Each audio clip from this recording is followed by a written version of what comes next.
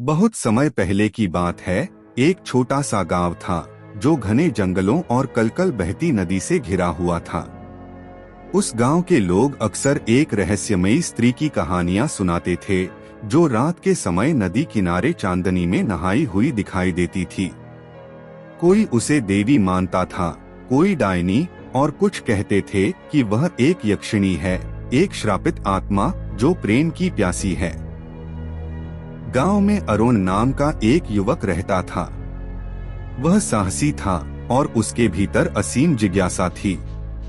बचपन से ही उसने यक्षिणी की कहानियां सुनी थीं और अब वह तय कर चुका था वह इस रहस्य का पर्दाफाश करेगा। एक चांदनी रात जब पूरा गांव गहरी नींद में डूबा था, अरुण ने अपना रास्ता तय किया। हाथ में एक मशाल लिए वह घने जंगलों की ओर बढ़ चला।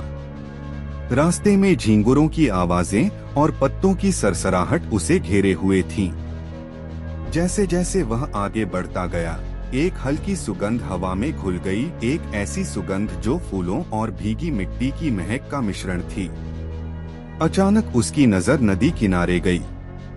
चांदनी में नहाई एक सुंदर स्त्री खड़ी थी। उसकी त्वचा दूध जैसी उजली थी, बाल काले बादलों जैसे लहराते थे और उसकी आंखों में चांदनी का प्रतिबिंब झिलमिला रहा था। तुम कौन हो? अरुण ने कांपती आवाज में पूछा। स्त्री ने एक मधुर मुस्कान के साथ उत्तर दिया, मैं तुम्हारी प्रतीक्षा कर रही थी। उसकी आवाज में ऐसा जादू था कि अरुण का दिल धड़क उठा।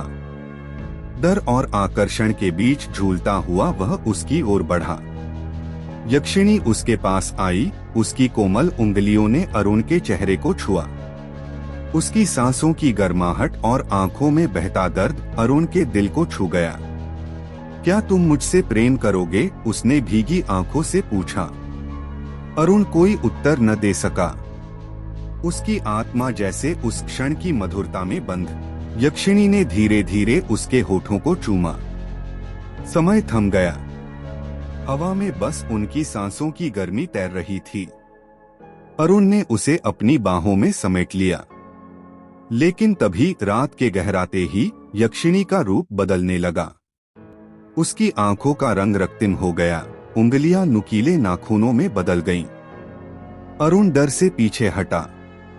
क्या तुम मेरा खून पीने वाली हो? अरुण ने टूटती आवाज में पूछा। यक्षिणी के चेहरे पर वेदना की परछाई फैल गई। मैं यह नहीं चाहती, उसने कहा, लेकिन मेरा अस्तित्व इस पर निर्भर है। मैं श्रापित हूँ। उसकी आंखों में राक्षसी भूख के साथ एक अनकही पीड़ा भी झलक रही थी, अकेलेपन की पीड़ा। यक्षिणी ने कांपती आवाज में अपना सच बताया। सदियों पहले मैंने एक मानव से प्रेम किया था, परंतु विश्वासघात के कारण मुझे श्राप मिला। प्रेम पाने के लिए मुझे जीवित रक्त की आवश्यकता पड़ती है। जब तक कोई सच्चे दिल से मुझसे प्रेम नहीं करेगा और अपने जीवन का त्याग नहीं करेगा, मैं मुक्ति नहीं पा सकती। अरुण का दिल कांप उठा, लेकिन उसके भीतर करुणा की नदी बह चली।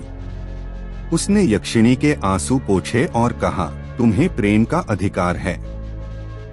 मैं तुम्हें अकेला नहीं छोड़ूंगा। अगली कुछ रातों तक अरुण और यक्षिणी नदी के किनारे मिलते रहे। उनका प्रेम दिन ब दिन गहराता गया, लेकिन श्राप को तोड़ना आसान नहीं था। यक्षिणी के अस्तित्व की अंधकारमयी शक्तियां जाग गईं। एक तूफानी रात में पूरा जंगल गरज उठा। हवाओं ने पेड़ों को उखाड़ना शुरू कर दिया। नदी उफान पर आ गई। अरुण ने कांपती यक्षिणी को अपनी बाहों में ले लिया। मैं तुम्हें कभी नहीं छोड़ूंगा, उसने चीखते हुए कहा। तभी अचानक आकाश से चांदनी की एक तेज किरण यक्षिणी पर गिरी। उसके शरीर से काले धुएं की लहरें उठीं और वह घुटनों बल गिर गई। अरुण ने उसे थामे रखा जब तक तूफान थम नहीं गया। जब तूफान रुका, यक्षिणी के भीतर का अंधकार तिरोहित हो चुका था। वह अब एक साधारण इंसानी स्त्री बन गई थी। उसकी आंखों में प्रेम, आभार और शांति झलक रही थी। तुमने मुझे श्राप से मुक्त कर दिया, उसने अरुण के सीने पर सिर रखकर कहा। अरुण ने मुस्कुराते हुए उसका हाथ थामा और कहा, अब हम हमेशा के लिए एक हैं।